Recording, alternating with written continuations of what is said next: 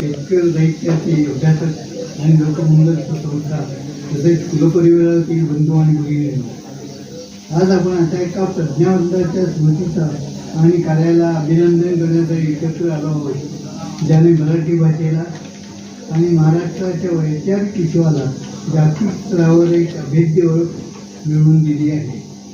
Doctor Shridhar Venkatesh Ketkar म्हणजेच आपले लाडके ज्ञानकोशकार केतकर अशा या अत्यंत महत्त्वाच्या वेळी मला अध्यक्षपद भूषवाचा मान मिळालेला आहे. हा मी माझा मोठा सन्मान समजतो. डॉक्टर केतकरांचं नाव घेताच डोळ्यासमोर उभा राहतो तो महाराष्ट्रीय ज्ञानकोश, परंतु एवढीच त्यांची ओळख नव्हती. याशिवाय ते एक श्रेष्ठ समाजशास्त्रज्ञ, अर्थतज्ञ, कादंबरीकार, इतिहासकार आणि त्याहूनही पलीकडे जाऊन एक स्वतंत्र आणि थोर विचारवंत होते. त्यांच्या काळात जेव्हा साधने अत्यंत मर्यादित होती, तेव्हा त्यांनी एकट्या माणसाच्या जिद्दीवर ज्ञानकोशासारखा अवाढव्य प्रकल्प हाती घेतला. तो पूर्ण करूनही दाखवला. हे एक मोठे आव्हान आहे आणि हे एकट्याचे काम नाही असे लोकमान्य टिळकांनी त्यांना सांगितले होते. परंतु त्याचा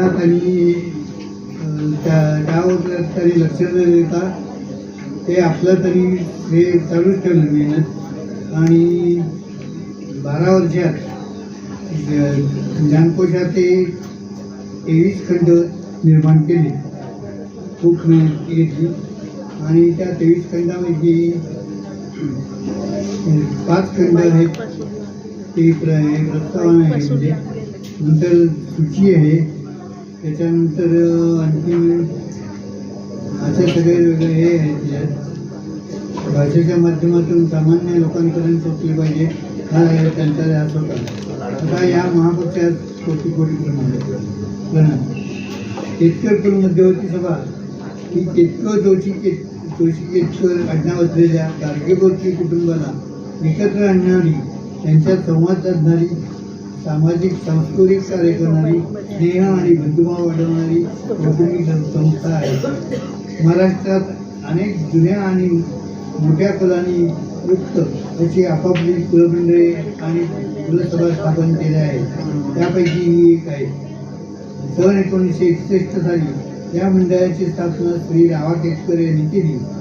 त्यामध्ये गवी केतकर, गोपाळराव केतकर, वासुदेव केतकर इत्यादींचा सहभाग होता.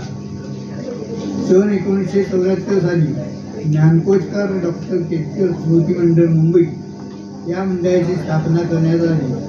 त्यावेळी अण्णासाहेब आपटे, रामचंद्र केतकर, श्री शेंडे, श्री सुतार, श्री लवी देशपांडे, गंगाधर पानतावणे, श्री रावा केतकर, श्री जोशी, श्री गोपाळ केतकर इत्यादी महान भावांचा समावेश या मंडळात होता. ज्ञानकोशकार डॉक्टर श्रीधर व्यंकटेश केतकर यांच्या पत्नी शीलवतीबाई यांनी या मंडळात स्वहस्ताक्षरात शुभेच्छा दिल्या आहेत. या मंडळाने 1976 साली एका खंडाची द्वितीय आवृत्ती प्रकाशित केलेली आहे. आजवर केतकर कुलमध्यवर्ती सभेचे सुमारे 1,500हून अधिक सभासद आहेत.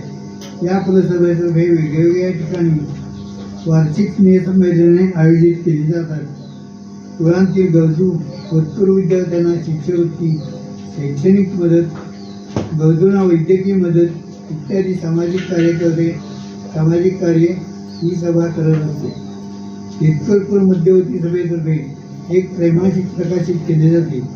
त्याची जबाबदारी श्री विजय केतकर संपादक म्हणून समर्थपणे सांभाळत आहे. कोविड काळामध्ये चिपळूण तालुक्यातील भिले गावातील ग्रामस्थांना शिधा वाटप करण्यात आले होते. त्याचप्रमाणे 5 वर्षापूर्वी चिपळूणला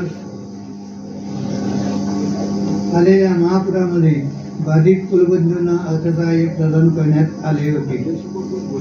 कुलखंड अद्ययावत करणे आणि ई-बुक स्वरूपात ते प्रकाशित करण्याचे काम यशस्वीपणे सुरू आहे.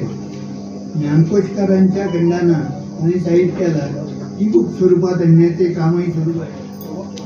मला खात्री आहे की या साहित्य संमेलनातून केवळ श्रीधर व्यंकटेश केतकर या साहित्याचा अभ्यास यांच्या साहित्याचा अभ्यास होणार नाही, तर त्यांच्या विचारांची नव्याने ओळख होईल. नव्या पिढीला त्यांच्या कार्यातून प्रेरणा मिळेल आणि ज्ञान, विवेक व सामाजिक बांधिलकी याची परंपरा अधिक बळकट होईल.